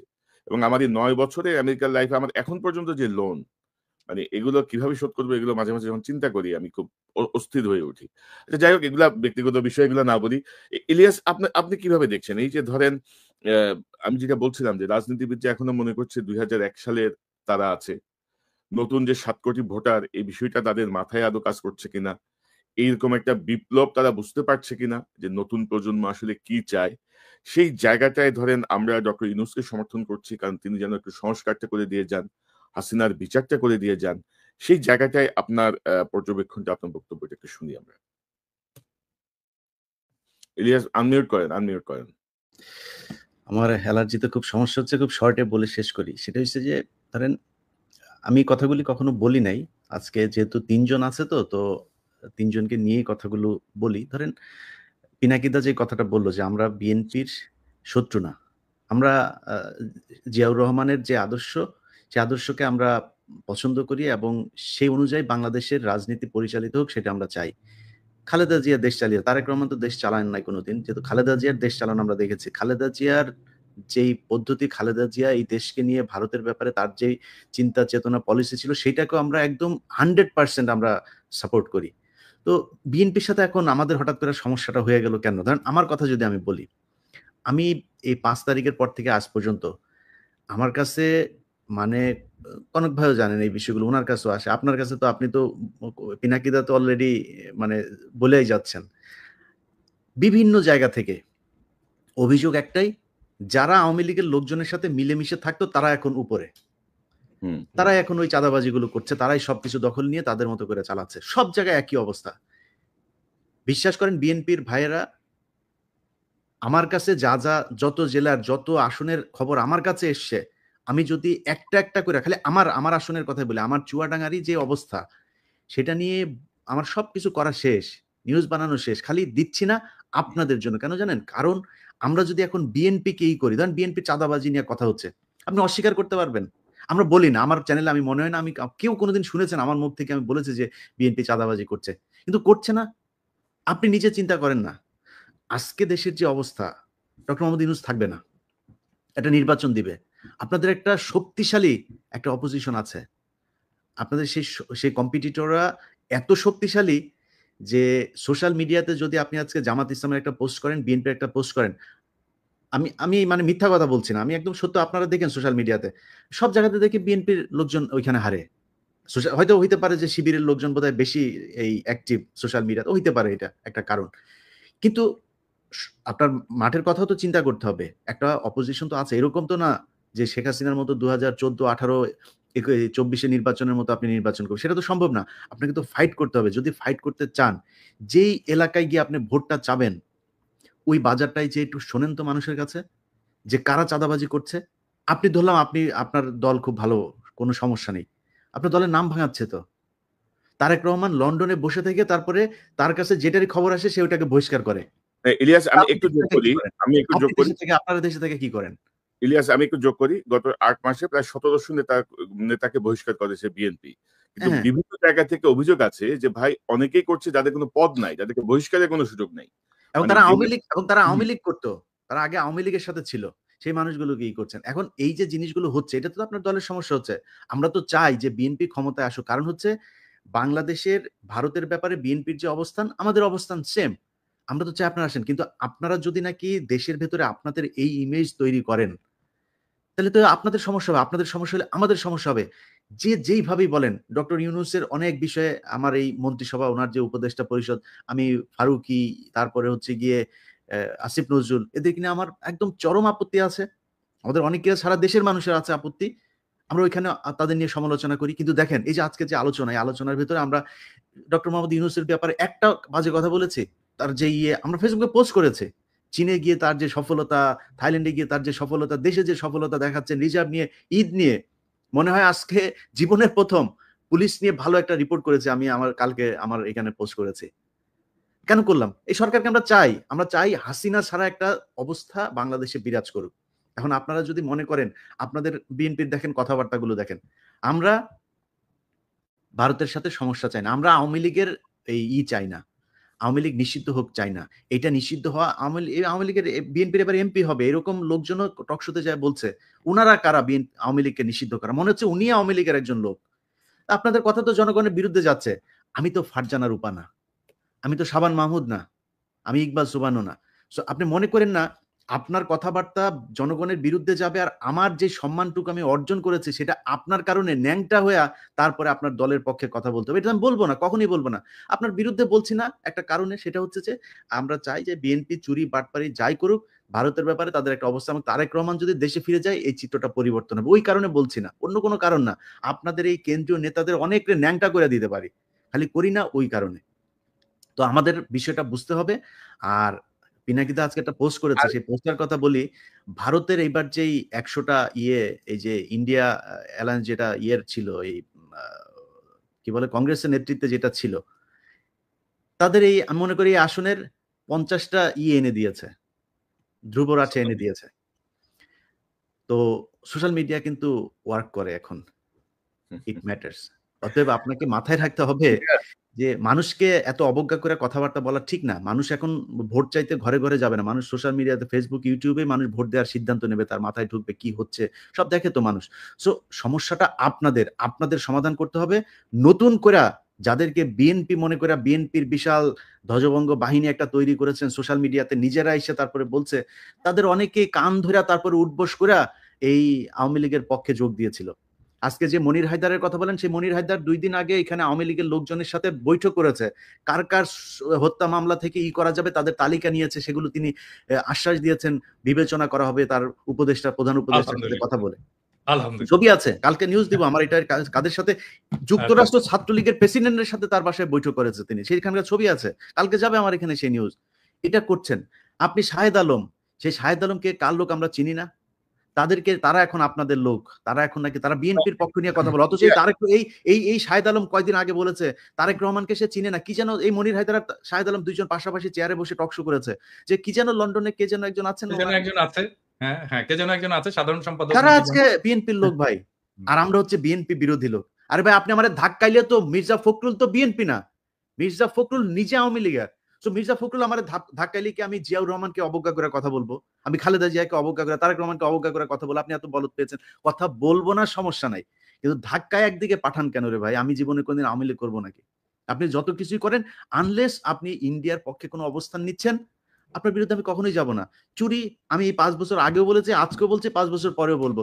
চুরি বিএনপির আজকে অনেক জায়গায় ধরেন কিছু প্র্যাকটিক্যাল কথাবার্তা বলি, ধরেন একটা হাটের ইজারা আওয়ামী লীগের নেতাদের হাতে ছিল, আওয়ামী লীগ পলাতক, এখন ওই হাটটা তো চলতে হবে, হাট তো আর ডক্টর ইউনূস যা চালাবে না, স্বরাষ্ট্রমন্ত্রী চালায় না, বাণিজ্য মন্ত্রী চালায় না, তো হাটটা চালাবে কারা? এখন ইজারা যে নিয়েছিল সে পলাতক, আর বিএনপির লোকজন যা ওইখানে ওইটা দখলে নিয়েছে, তারা গিয়ে এখন ওইটার করে। এখন আপনার এগুলিরও চাঁদাবাজি হিসাবে মিডিয়াতে প্রচার করা হচ্ছে। এখন কেন প্রচার করা হচ্ছে? এর কারণ হচ্ছে কনক ভাই শুরুতে একটা কথা বলেছেন যে মিডিয়া সেভাবে প্রচার করছে না। আপনি তো মিডিয়ায় সব জায়গায় তার লোক বসায় রেখেছেন, সে করবে কেন? সে তো বলে না, তার কাজ ছিল হাসিনার যখন কিনা বাথরুমের চিপায় বসে ওই যে সুনাকের সাথে ইয়ের মধ্যে সোফার চিপার মধ্যে বসে একটা ছবি দিল, সারা দেশের আরে বাবা বিরাট আকার, বাইডেন একটা সেলফি তুললো, সেটা নিয়ে কি মার্কেটিং করলেন, এখন করেন না কেন? ওরে নিয়ে ইউনূসে নিয়ে মানে চীন যে মানে সম্মান দিয়েছে, এটা যদি হাসিনারে দিত আর কি করতেন আপনারা? তো সেটা করে না কেন? এর করে না কারণ কি? কারণ কি ওই জায়গাগুলোতে এখনো তাদের লোক বসানো। ভাই ওইটা ঠিক করেন। ওগুলি যদি ঠিক করেন, পিনাকি, ইলিয়াস, কনক সারোয়ার এদের কাছে আসতে হবে না মানুষের। আপনি যখন দেখবেন যে সোশ্যাল মিডিয়ার আমাদের 5 মিলিয়ন সাবস্ক্রাইবার কেন? কিসের জন্য? মানুষ দেখছে কেন আমাদের ভিডিও? কিছু আছে নিশ্চয়ই। আপনি মানুষের যদি গলা টিপা, অনেক মানুষ আছে, আমি নাম আর আজকে ধরলাম না, এই যে মির্জা ফখরুলের ঘর জামাই ফাহাম আব্দুল সালাম থেকে শুরু করে বহুত আছে। আমারটা আমি বলছি, আমার বক্তব্য পিনাকিদা বা কনক সারোয়ারের না, আমারটা আমি বলছি যে এই অনেক গজানো লোকজন আছে, তাদেরকে এখন সম্মান করে চলতে হবে। কেন মানুষ আমার কথা শুনে, কেন কনক সারোয়ারের কথা শুনে, কেন পিনাকি ভট্টাচার্যের কথা শুনে, এইটা তাদের সমস্যা। আরে ভাই কেন আপনারটা শুনে না, সেটা আপনার সমস্যা। আপনি চিন্তা করেন আপনি কি বলবেন, কি বলা উচিত, কেমনে চলা উচিত। শোনে না কেন, আমারটা শুনে কেন, সেইটাও বাংলাদেশের মানুষ হলো গন্ড মূর্খ, বুঝে না। পিনাকি, ইলিয়াস, কনক সারোয়ার এরা হচ্ছে পীর সাহেব, তাই এখন এদেরকে আপনি বুঝাবেন কেমনে? এটা নিয়েও শত্রু। সকালবেলা ঘুম থেকে ওইটা দেখি, ওই লন্ডনের একজন পোস্ট করে বসে আছে যে আমারে নিয়ে, আমি আপনার কনক ভাইয়ের নাম নাই, আমার আপনার নাম আছে, আমরা হইলাম গিয়া নাকি কি করছে। কয়দিন আগেও সে ফোন করলো, কি সুন্দর মিষ্টি মিষ্টি কথা। এখন ফোন করে ধরেন 2বার ফোন করে, 3বার ফোন করার পরে হয়তো ধরতে পারি না, একবার ফোন করে, ভাই ফোন ধরবো কয়টা, সময় পাই না তো। এটা আপনারা বুঝেন যে আপনাদের কাছে কি পরিমাণে ফোন আসে। এখন আমার কাছে ধরেন একজন উপদেষ্টা আমার সাথে কথা বলছে, এখন একজন পুলিশের একজন ডিসি আমাকে ফোন করলেন, আমি কারটা কেটে কারটা দুজনই তো গুরুত্বপূর্ণ, আমাদের তো গুরুত্বপূর্ণ অনেক মানুষের সাথে কথা বলা লাগে, কথা বলি, এর মধ্যে একটা ফোন মিস হয়েছে, ফোন দিতে পারি না, নিজের ব্যক্তিগত কাজ আছে। এখনো তো ভাই গাড়ি চালাই, অত ধান্দাবাজি করে তো খাই না, এখনো সপ্তাহে একদিন গাড়ি চালানো লাগে। তা আপনি কি মনে করেন যে আপনার মানে এই করবেন, যা মনে চায় তাই বলবেন, আপনাদের মতো করে চলতে হবে, না চললে আবার বিরুদ্ধে কথা বলবেন? তবে আমরা শেখ হাসিনার চোখ রাঙানিতে পাত্তা দিই নাই, 2 পয়সা তোয়াক্কাও করি নাই। শেখ হাসিনার মতো একটা ফ্যাসিস্ট বর্বর শাসক, শেখ হাসিনা না, শেখ হাসিনা এবং মোদির উভয়ের চোখ রাঙায়নি, উভয় যে চক্র পাত্তা দিই নাই। তো এখন এই নতুন নতুন নব্য বিএনপির নেতারা যারা ক্ষমতায় যাওয়ার স্বপ্ন দেখছে, তাদের চোখ রাঙানি আমরা তোয়াক্কা করবো, এটা ভাবে কি করে, এটাই তো বুঝি না। তো আমরা অনুষ্ঠানের শেষ দিকে আমরা একটা প্রসঙ্গ নিয়ে কথা বলতে চাই দাদা। ডক্টর ইউনূসের যে ক্যারিসম্যাটিক নেতৃত্ব, সেটা কিন্তু পরবর্তী যে রাজনৈতিক নেতৃত্ব বাংলাদেশের রাষ্ট্র ক্ষমতায় আসবে, তাদের কাজকে ক্রমশ কঠিন করে দিচ্ছে। মানে গুড গভর্নেন্স বলতে যা বোঝায়, একজন শাসকের যা করা উচিত, সেই জায়গাটায় আমার মনে হয় যেন সবাই শঙ্কিত। এবং আমি একবার বলছিলাম, বুকে পাথর চাপা দিয়ে অনেকের বুকের সে পাথর এখন পাথর, এবার পাহাড় হয়ে গেছে, পাহাড়ের পাথর। তো এগুলো কিন্তু কঠিন করে দিচ্ছেন, কিন্তু উনি কিন্তু সবকিছু কঠিন করে দিচ্ছেন। আপনি দেখেন একটা পাজামা পাঞ্জাবি, একটা স্নেকার্স, আর একটা কচি লাগাই উনি পুরা দুনিয়া মাথায় বাড়াচ্ছেন। হুম? এবং কোনো কিছুই নাই। দেখেন তার মধ্যে কোনো ওরকম কোনো এক্সপোজারও নাই। এই বিষয়গুলো কিন্তু মানুষকে খুব টাচ করছে এবং ক্রমশ কঠিন করে তুলছে পরবর্তী রাজনীতিবিদদের। তো আমরা এদের জন্য আপনার কোনো বক্তব্য আছে কিনা? পাশাপাশি ডক্টর ইউনূস কিন্তু তার এই কৃতিত্বের একটা জায়গায় কিন্তু ক্ষতিগ্রস্ত করছেন তার এই উপদেষ্টা পরিষদ দিয়ে। মানে মানে কমপক্ষে ১৫ জনকে তার আরো ৬ মাস আগে ঘাট ধরে বের করে দেওয়া উচিত ছিল। মানে ফর ইনক্যাপাবিলিটি অর ইনএফিশিয়েন্সি অর সবকিছু মিলায়। তো এই জায়গাটায় ডক্টর ইউনূস সাহেব কেন আ দেখছেন না বা দেখেও তিনি কেন মেনে নিচ্ছেন? খুব সংক্ষেপে আপনার কাছ থেকে শুনে তারপর ইলিয়াসের বক্তব্য শুনব। মানে আমি যেহেতু প্রফেসর ইউনূসের সাথে কাজ করছি, সেজন্য আমি জানি উনার ম্যানেজমেন্ট স্টাইলটা। উনি এটা করবেন না। হ্যাঁ? উনি উনার টিমকে এভাবেই ডিল করেন আরকি। আমি কিন্তু খুবই ঘনিষ্ঠভাবে কাজ করছি। অল্প সময় কিন্তু আমার আর্লি ক্যারিয়ারে খুবই ঘনিষ্ঠভাবে কাজ করছি। আমি উনার পাশের রুমেই বসতাম আরকি। এবং গ্রামীণ ব্যাংকের যে স্বাস্থ্য কর্মসূচি, সেটার আমি কোঅর্ডিনেটর ছিলাম ঢাকায়। তো আমি উনার ম্যানেজমেন্ট স্টাইল জানি আরকি উনি কিভাবে কাজ করেন। তো সেজন্য এটা উনি করবেন না। কিন্তু এই যতগুলো জিনিস কনক আপনি বললেন যে উনি যে হাই স্ট্যান্ডার্ড সেট করে যাচ্ছেন, এটা পলিটিক্যাল লিডারশিপ এটাকে ফলো করতে পারবে কিনা। নাম্বার 2 হচ্ছে যে উপদেষ্টা মণ্ডলীর কিছু উপদেষ্টার অপদার্থতা, এটাকে উনি কিভাবে ম্যানেজ করবেন। এর সবকিছুর একটা সলিউশন আমি কিন্তু দিয়েছিলাম। আমি জানি না এটা বেশি আমি দিয়েছিলাম জন্যই বোধহয় বেশি মানুষ এটা নিয়ে আলোচনা করেনি। সেটা হচ্ছে ট্রানজিশনাল গভর্নমেন্ট। যে ট্রানজিশনাল গভর্নমেন্টে সব রাজনৈতিক দলের প্রতিনিধিত্ব থাকবে এবং এই উপদেষ্টা পরিষদে বেস্ট পারফর্মিং উপদেষ্টারা থাকবেন। আর রাজনৈতিক দলগুলো থেকে বিভিন্নভাবে বিএনপি হোক, জামাত হোক, এমনকি সেটা এনসিপি হোক, তারপর এবি পার্টি হোক, এমনকি নূরের দল, বাম, যারাই হোক সবাইকে মিলে একটা নতুন মন্ত্রিসভা তৈরি করা এবং যেই ইয়েতে উপদেষ্টা পরিষদে তারেক রহমানের অন্তর্ভুক্তি উপপ্রধান উপদেষ্টা করে। এই ট্রানজিশনাল গভর্নমেন্টের ফর্মুলাটা যদি সবাই গ্রহণ করত, তাহলে আমাদের কিন্তু অনেক সমস্যার সমাধান হয়ে যেত। মানে ধরেন তখন তারেক রহমান প্রস্তুত হয়ে যেত। তার যে সিলসিলা, প্রফেসর ইউনূসের যে সিলসিলা, সেইটার সিলসিলাটা তারেক রহমান পরে বহন করতে পারতেন। ট্রেন্ড হতেন প্রফেসর ইউনূস কিভাবে রাষ্ট্র চালাচ্ছেন, কার সাথে কার কি সম্পর্ক, সেই সম্পর্কটাকে উনি ট্রান্সফার করে দিয়ে যেতে পারতেন তারেক রহমানের কাছে। এবং তারেক রহমানের ইমেজের যদি কোনো সমস্যা আছে, কিছু প্রবলেম তো আছে, ইমেজের প্রবলেম আছে, যেটা তৈরি হোক অথবা সত্য হোক, সেই ইমেজটা ক্লিন আপ হয়ে যেত এই সময়ের মধ্যে। ওনার নেতৃত্বের গুণাবলী বিকশিত হতো এবং আমি অপদার্থ উপদেষ্টাদেরকে বের করে দিতে পারতাম। বিএনপিরও যারা মন্ত্রী হতে চায়, যারা ক্ষমতায় আসতে চায়, তারাও ক্ষমতার স্টেক পেলো, ভাগ পেলো।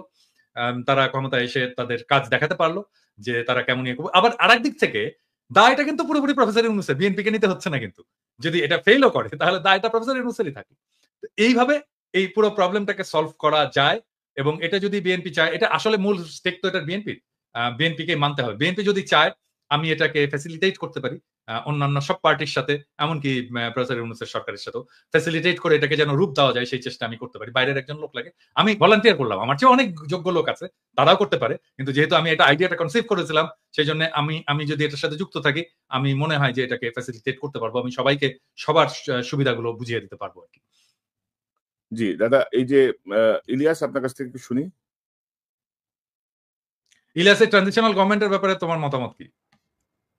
মানে না, ডক্টর ইউনূসের আপনি কৃতিত্ব অনেকটাই ম্লান হয়ে যাচ্ছে কিন্তু তার উপদেষ্টা বা ম্লান হওয়ার থেকে আমি বলবো যে উনি যে গতিতে যাচ্ছেন, আমরা আরো অনেক বেশি সুফল পেতাম, আরো অনেক বেশি কি বলবো মানে গতিশীল থাকতো প্রত্যেকটা ডিপার্টমেন্ট যদি ওনার উপদেষ্টারা ওনার সাথে তাল মিলাইতে পারতেন। মানে উনি ৮৪-৮৫ বছর বয়সে যে গতিতে যাচ্ছেন, ওনার মাথা যে গতিতে কাজ করছে, তার থেকে মানে অনেক গুণ মানে উনি 100% উনি যদি 80% দেন, ওনার উপদেষ্টা পরিষদের কমপক্ষে 15% ও দিতে পারছেন না। তো সেই জায়গাটা উনি এই দায়টা কেন নিচ্ছেন বা কি করণীয় ইলিয়াস আপনি কি মনে করেন? না, উনার ধরেন যেটা আপনি গতির কথা যেটা বলছেন, সেই গতির চাইতেও সবচেয়ে বড় জিনিস হলো আমার মনে হয় কি যে এই ডক্টর ইউনূসের কিছু, কিছু জায়গায় উনি আসলে আমার ধারণা যে উনিও তো বয়স হয়েছে। আন্তর্জাতিক বিষয়গুলো দেখতে গিয়ে, অর্থনৈতিক এই বিষয়গুলো দেখতে গিয়ে উনি দেশের অভ্যন্তরীণ বিশেষ করে যেমন স্বরাষ্ট্র মন্ত্রণালয়, আইন মন্ত্রণালয় এইসব মন্ত্রণালয়গুলোর ব্যাপারে উনার মনে হয় মানে সময় দেওয়ার সুযোগ কম। আমি মনে করি যে উনার আশেপাশে এই যে 'প্রথম আলো', 'ডেইলি স্টারের' যেই বলয় আসিফ নজরুলের যেই প্যারালাল আরেকটা গভর্নমেন্ট আসিফ নজরুল তৈরি করেছে, এই জায়গাটা দেখেন আমরা অনেক সমালোচনা করি। দেশের মানুষের আমি আজ পর্যন্ত কাউকে দেখি নাই যে এর সমালোচনা ওর সময় কিন্তু ডক্টর মোহাম্মদ ইউনূসের সমালোচনা কেউ করে না। তো আমি শুধু ছোট করে এতটুকুই বলব যে ডক্টর মোহাম্মদ ইউনূসের উচিত যে উনার এই জায়গাগুলো ঠিক করা, উনার এই শেষ বয়সে এসে নিশ্চয়ই উনি ব্যর্থ হতে চান না। উনি যদি ব্যর্থ হতে না চান, এই জায়গাগুলো ঠিক করা দরকার, যাতে এই প্যারালাল গভর্নমেন্ট তৈরি করে যারা আওয়ামী লীগ এবং ভারতের, কালকে একটা কথা শুনলাম যে এই যে মামলাটা বাংলাদেশে চলছে আন্তর্জাতিক অপরাধ ট্রাইব্যুনালে, এই সেম মামলাটা আমাদের আপনার ইয়েতেও করার সুযোগ আছে, আন্তর্জাতিক ইয়েতে আদালতে। তো ওইখানে করার জন্য আসিফ নজরুল দিচ্ছে না, পারমিশন দিচ্ছে না। তিনি কারণ হিসাবে বলেছেন যে এটা নাকি ওইখানে গেলে আমাদের দেশের অভ্যন্তরীণ এই তদন্তগুলোতে সমস্যা হবে, এখানে শাস্তি দিতে সমস্যা হবে। ওইটাতে হলে আমাদের এখানে সমস্যা কি? আন্তর্জাতিকভাবে যদি নাকি শেখ হাসিনাকে কোনোভাবে পানিশমেন্ট দেওয়া যায় বা বিচার করা যায়, সেটা তো আরো ভালো আমাদের জন্য। তারপরে কয়েকদিন আগে আপনি দেখেছেন যে এই যে সিলভিয়া থেকে শুরু করে আইন মন্ত্রণালয়টা তার নিজের ব্যক্তিগত সহকারী, এটা নিয়ে প্রতিদিনই বলি যে এই শামসুদ্দিন মাসুম, সে ছিল হইলো এবিএম খায়রুল হকের পার্সোনাল সেক্রেটারি, তাকে সে তার কাছে এনে বসিয়ে রেখেছে এবং আইন মন্ত্রণালয়ে শুনুক। আইন মন্ত্রণালয়ে আসিফ নজরুল একদিন ডেকে গোপনে ওইখানকার কয়েকজন বিচারক এদের, তারপরে এই সচিব এদেরকে ডাকুক, ডেকে জিজ্ঞেস করুক কি অবস্থা। অনেক জায়গায় আছে একই লোকজন। তো এদেরকে যদি সরানো যায় আমার মনে হয় আরো বেশি ভালো হইতো, মানুষ আরো স্বস্তি পেত। এই তো আর কি। আর আমি বিএনপির ব্যাপারে সবচেয়ে যে বিষয়টা বলবো যে বিএনপির উচিত হবে যে সোশ্যাল মিডিয়াতে যেসব জিনিসগুলো এখন যাচ্ছে, যেই মানুষ যেসব সমালোচনাগুলো করে, এইসব সমালোচনাগুলোর ব্যাপারে তারা আমার মনে হয় আরো বেশি সিরিয়াস হবে যে কোথায় কি হচ্ছে, আসলে কি সমস্যাটা হচ্ছে কিনা। কারণ সামনে তারেক রহমান কিন্তু বারবার একটা কথা বলেন যে সামনে নির্বাচনটা অনেক কঠিন নির্বাচন হবে বিএনপির জন্য। সো সেই কঠিন নির্বাচনটা তাদের যদি উতরাতে হয়, তাহলে অবশ্যই তাদের যে অপোজিশন সেটাকে খুব স্ট্রং মনে করতে হবে। এটা মনে না করে যদি নির্বাচনে যায়, আমার মনে হয় 1991 সালের নির্বাচনে যেমন শেখ হাসিনা মন্ত্রিসভা গঠন করে ফেলেছিল, খালেদা জিয়া পরে প্রধানমন্ত্রী হন, আমার মনে হয় সেই পরিস্থিতি হয়ে যেতে পারে। তবে ইলিয়াস, আমার পর্যবেক্ষণ হচ্ছে জনাব তারেক রহমান তার যে বক্তব্যগুলো দিচ্ছেন, এগুলো তার বাংলাদেশের নেতারা ঠিক ধরতে পারছেন না অথবা বুঝতে পারছেন না, এটা ডেপটা বুঝতে পারছেন না, এটার মেসেজটা ধরে কাজ করতে পারছেন। ধরেন একটা দলের প্রধানকে কিন্তু একটা ডিপ্লোম্যাটিক অবস্থানে সবসময় থাকতে হয়। মানে আপনি যেভাবে কথা বলি, ধরেন আজকে যদি আপনি কোনো একটা দায়িত্বে যান, আপনি এভাবে কথা বলতে পারবেন না। পিনাকিদা একটা দায়িত্বে গেলে এভাবে কথা বলতে পারবে না। আমরা এখন অনেক স্ট্রেইট কথা বলি, কিন্তু একটা দায়িত্বে যখন আপনি হ্যাঁ, তখন আপনাকে একটা ডিপ্লোম্যাটিক অবস্থান নিতে হবে। এবং আপনি যেটা বলছিলেন, শুধু আসিফ নজরুলের পিএস না, প্রধান বিচারপতি যিনি পিএস, তারা মানে ৩ বন্ধু মিলে এখন সুপ্রিম কোর্ট এবং আইন মন্ত্রণালয় চালাচ্ছে। আর আমরা অনেক কথাই বলছি, পিনাকিদা একটা কথা বলে না, ওই যে ইংরেজিতে যেহেতু বলছে নিশ্চয়ই ঠিকই আছে, ঠিকই কইছে। তো এখন আমার মনে হয় যে কিছু মানুষের মধ্যে এই জিনিসটা ছড়াইছে, আমরা যেহেতু কিছু বলছি, নিশ্চয়ই এখানে কোনো অন্য উদ্দেশ্য আছে। নিশ্চয়ই আমরা নির্বাচনকে লম্বা করতে চাই, মানে নির্বাচনকে পিছাইতে চাই। নিশ্চয়ই আমরা মানে এরকম কিছু ভাবনা আমরা দেখতে পাচ্ছি। নিশ্চয়ই আমরা চাই না বিএনপি ক্ষমতায় আসুক। আমরা চাই না ক্ষমতা আসলে আমাদের সমস্যা কি? আমাদের তো কোনো সমস্যা নাই। আমরা তো বসে আছি যে বিএনপি ক্ষমতায় আসলে আমরা দেশে যাব। আমরা অদ্ভুত একটা সময় পার করতেছি এবং এগুলো বিএনপির লোকজন। আর ধরেন একটা খবর দিতে চাই দাদা, যেটা মির্জা আব্বাসের যে আস্থাশীল যেই আপনার বাংলাদেশের যে মিডিয়া যাদের জবাবদিহিতে আছে, তাদের তো অনেক নিউজ এখন পর্যন্ত দেয় না। তো জাস্ট দর্শকদেরকে বলি, একটু পরে আমি হয়তো আমার ফেসবুকে বিস্তারিত দিব। গতকাল 5 জন সেনা কর্মকর্তাকে মানে সেনা হেফাজতে নেওয়া হয়েছে, অ্যারেস্ট করা হয়েছে, যে যাদের কথা আমরা বারবার বলছিলাম। তার মধ্যে আছেন ব্রিগেডিয়ার ইমরান হামিদ, তৎকালীন 46 ব্রিগেডিয়ার কমান্ডার, আছেন মানে তৎকালীন মানে হচ্ছে জুলাই আগস্ট ওই সময়টায় কর্নেল আব্দুল্লাহ আল মোমেন, তিনি অতিরিক্ত মহাপরিচালক র্যাব, এডিজি তৎকালীন র্যাবের, লেফটেন্যান্ট কর্নেল মোহাম্মদ রিদওয়ানুল ইসলাম, মানে বিজিবির সিও, যিনি গুলি করেছেন, গুলি করছে সেই CO, major Mohammad Noman Al Faruk, 23 east Bengal regiment, মোহাম্মদপুরে করছে। এই 5 তারিখেও সে গোলাগুলি করেছে। এই 5 জনকে আসলে আপনার সেনা হেফাজতে নেওয়া হয়েছে। তবে সেনা হেফাজতে এই বেসামরিক হত্যাকাণ্ড বা এইসব ঘটনার বিচারের কোনো বিধান আছে বলে আমি জানি না। পিনাকিদা নিয়ে বিস্তারিত কাজ করেছেন। আমাদের হচ্ছে যে এরা যেন পালিয়ে যেতে না পারে, এটা যেন কোনোভাবে পালিয়ে যেতে না পারে, এটা পালিয়ে গেলে এটা ওয়াকারের দায়িত্ব। অনেকে এই বিষয়টা নিয়ে আশঙ্কা প্রকাশ করে মেসেজ দিয়েছেন যে আপনারা একটু কিছু জায়গায় একটু বলেন যেন এরা পালাতে না পারে, কারণ ইতিমধ্যে অনেকেই পালিয়ে গেছে, অনেকে পালিয়ে যেতে দেওয়া হয়েছে। তো দাদা, আর দুটা প্রসঙ্গ জাস্ট উল্লেখ করে আমি অনুষ্ঠান শেষ করব। এই বিষয়টা নিয়ে আমরা নিকট সময়ে আরেকবার কথা বলবো। আমি কদিন আগে এটা আসলে আলোচনা করা হয়নি। কদিন আগে আমি একটা পোস্ট দিয়েছিলাম 2 সপ্তাহ আগে। আওয়ামী লীগের নিবন্ধন বাতিল ও রাজনীতি নিষিদ্ধ করার দাবি জানিয়েছেন এনসিপির আহ্বায়ক নাহিদ ইসলাম। আপনি কি দাবি সমর্থন করেন? 2,07,000 মানুষ ভোট দিয়েছে। 90% বলেছেন হ্যাঁ, 9% বলেছেন না, মতামত নেই বলেছেন 2%।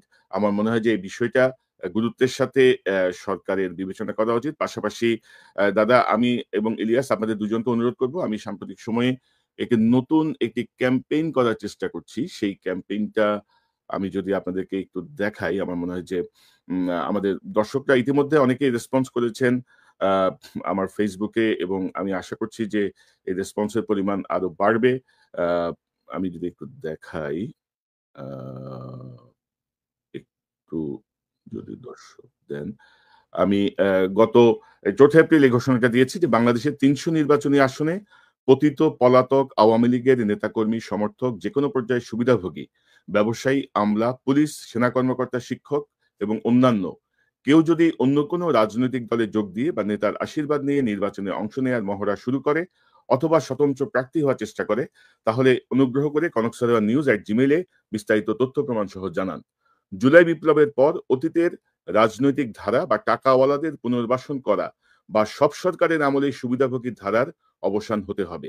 পাশাপাশি একবার এমপি ছিলেন এমন ব্যক্তির স্ত্রী, পুত্র, কন্যা, ভাই, বোন, শালা, দুলাভাই ছাড়া আর কেউ নির্বাচনের যোগ্যতা রাখেন না, এমন ধারারও অবসান চাই।